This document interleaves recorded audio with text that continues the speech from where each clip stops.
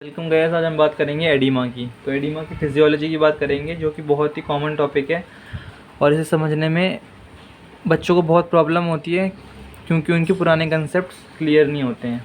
तो एडिमा की आज हम बात करेंगे। एडिमा होता कब है? तो एडिमा सबको पता है कि एडिमा एक लीक आउट हो जाता है जब सारा का सारा fluid into the interstitial tissue, तो उसको हम एडिमा कहते हैं। तो एडिमा जब होता है, पहले तो हम रेफरेंस के लिए इस फ़ोटो को लेंगे। इस फ़ोटो में हमें ये दिखाया है कि यहाँ पे हमारे पास एक कैपिलरी है, ठीक है, और यहाँ पे हमारे पास टिश्यू है। तो टिश्यू के बीच में जो भी इंटरस्टिशियल स्पेसेस हैं, वहाँ पे इंटरस्टिशियल फ्लूइड पड़ा होता है, तो उसको हम कहते हैं टिश्यू इंटरस्टिशियल फ्लूइड। जब यहाँ का फ्लूइड, अब हमें पता ही है प्लाज्मा के अंदर 98% तो पानी होता है ना, तो जब यहाँ का सारा पानी यहाँ भाग जाएगा तो उसको हम बोलेंगे एडिमा हो रहा है, एक्सेस फ्लूइड एक्यूमुलेट हो रहा है हमारा टिश्यू के इंटरस्टिशियम में। या दूसरा रीज़न क्या हो सकता है? दूसरा रीज़न ये हो सकता है जब प्रोटीन्स कम हो गए तो पानी ऑटोमेटिकली यहाँ भाग जाता है।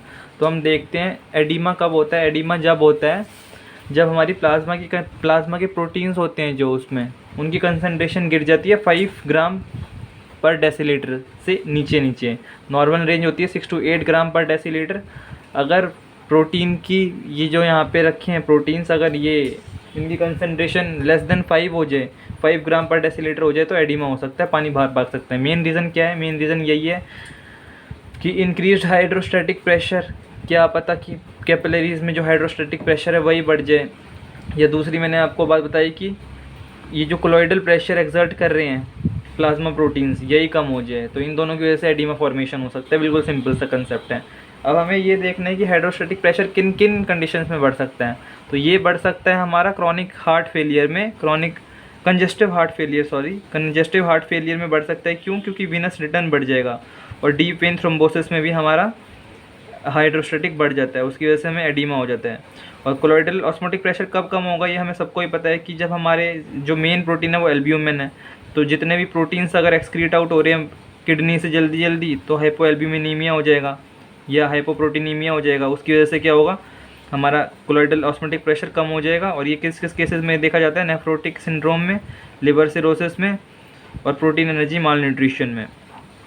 तीसरा कॉज जो कि हमारा एडिमा कर सकता है वो है हमारा लिम्फेटिक ऑब्स्ट्रक्शन। अगर लिम्फ ऑब्स्ट्रक्ट हो जाए, क्योंकि ये क्या होता है कि जितना भी टिश्यू में एक्सेस फ्लूइड आया है वो लिम्फ में चले जाता है और लिम्फ से वापस वो वीनस पूल में रिटर्न हो जाता है। अगर लेकिन लिम्फ ही ऑब्स्ट्रक्ट हो गई तो सारा का सारा फ्लो बिगड़ जाएगा, जिसकी वजह से हमें एडिमा हो जाएगा। और एक कॉज है हमारा एडिमा का कि मान लेते हैं हम एंडोथीलियल की इंजरी हो गई। एंडोथीलियल की इंजरी हो गई तो यहाँ से एंडोथीलियम इंजर्ड हो गया किसी भी तरह से, इन्फ्लेमेशन से या किसी भी चीज़ से, तो फिर सारे के सारे प्रोटीन्स लीक आउट हो जाएंगे। ठीक है, तो ये हो गया हमारा फोर्थ कॉज। अब हमें मेन देखना है कि ये आ गया हमारा फोर्थ कॉज। अब हमें मेन देखना है कि एडिमा जो फ्लूइड होता है वो दो तरह के होते हैं, एक को हम बोलते हैं ट्रांसुडेट, एक को हम बोलते हैं एक्सुडेट। तो पहले हम बात कर लेते हैं ट्रांसुडेट की। तो ट्रांसुडेट को हम ऐसे याद रखेंगे कि इसमें सिर्फ पानी है, पानी का कंटेंट ज़्यादा है एडिमा में। ठीक है, दो चीज़ें ना, सॉल्वेंट और सोल्यूट। सोल्यूट हमारे प्लाज्मा प्रोटीन्स हो गए और हमारा ये पानी हमारा सॉल्वेंट हो गया। तो ट्रांसुडेट में क्या है? सॉल्वेंट ज़्यादा है। एडिमा होता है ये जिसमें कि प्रोटीन कंटेंट लो है। प्रोटीन कंटेंट लो है इसका क्या मतलब है? कि हाइड्रोस्टैटिक प्रेशर ज़्यादा होगा, ठीक, और ऑन्कोटिक प्रेशर कम होगा। सही बात है, ये तो बिल्कुल रिलेट हो गया। ये हमें ये बात याद रखनी है एमसीक्यूज़ के लिए कि ये पैसिव प्रोसेस है एक, और ये नॉन इन्फ्लेमेटरी इन ओरिजिन है, यानी कि इनमें इन्फ्लेमेशन या इंजरी का ये कोई चांस नहीं होता। मतलब ये इंजरी की वजह से नहीं होती है, इन्फ्लेमेशन की वजह से नहीं होती है, नॉन इन्फ्लेमेटरी प्रोसेस है। ये हमें याद रखना है कि अल्ट्रा फिल्ट्रेट ऑफ प्लाज्मा है। इसका कलर होता है बिल्कुल प्लाज्मा जैसा ही, पेल येलो होगा और बहुत कम सेल्स होंगे। प्रोटीन कंटेंट जैसे हमने कहा कि कम है, तो कम कितना है? लेस देन 1.5 ग्राम पर डेसीलीटर। पीएच इसका एल्कलाइन होता है और ग्लूकोज की कंसनट्रेशन, जैसे कि प्लाज्मा की कंसनट्रेशन जितनी होगी, ग्लूकोज की कंसनट्रेशन जितनी होगी प्लाज्मा में, उतनी ही ग्लूकोज की कंसनट्रेशन होगी हमारी ट्रांसुडेट में। और एलडीएच का लेवल ट्रांसुडेट में लो रहता है। ठीक है, अब जितना भी आपने पॉइंट पढ़ा उसका सारा उल्टा कर दो एक्सुडेट के लिए। एक्सुडेट में क्या होएगा? हाई प्रोटीन कंटेंट होगा। हाई प्रोटीन कंटेंट होगा तो किसकी वजह से होगा? जितनी भी कैपिलरीज और वेन्यूल्स हैं उनकी परमेबिलिटी बढ़ गई है, उसकी वजह से होगा। इसमें पैसिव और नॉन इन्फ्लेमेटरी था, इसमें एक्टिव और इन्फ्लेमेटरी प्रोसेस है।